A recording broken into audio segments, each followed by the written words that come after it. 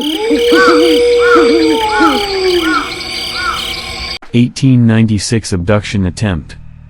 Over 60 years before alien abduction claims became mainstream, two people were nearly abducted in Lodi, California. Colonel H. E. Shaw, along with his friend Camille Spooner, had a close encounter with previously unknown entities while traveling. They saw a UFO in 1896. Shaw was in charge of putting together an exhibition to be displayed at a fair in Fresno. Shaw and his friend were traveling by horse and carriage en route to Stockton when their horse froze with fright. To the two men's shock, they saw the cause of the horse's actions: three tall, alien-looking beings with small, delicate hands at the ends of their spindly arms stood by the road. They had no hair on their heads, yet a soft, light fuzz over their bodies. Large eyes made their small mouths and ears appear even smaller. The two eyewitnesses would later tell authorities that the beings had a strange type of beauty to them.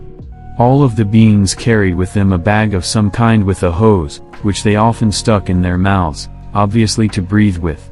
Although there was still some daylight left, the beings also carried with them egg-shaped lamps that glowed. This glow would later illuminate a waiting spaceship.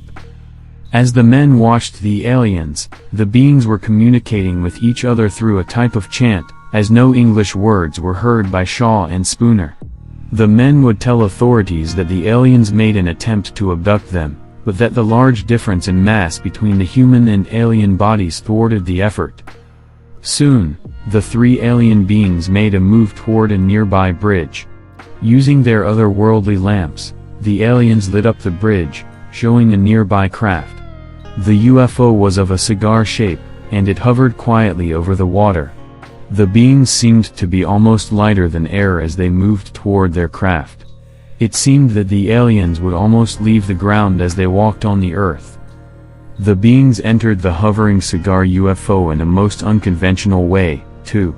They sprung up from the ground and above their craft, and then floated down into the craft through an unseen entry. Soon, the object flew away.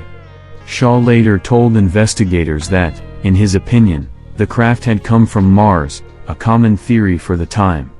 This unusual case occurred on November 25 and was reported by Jenny Randall's in Alien Contacts and Abductions.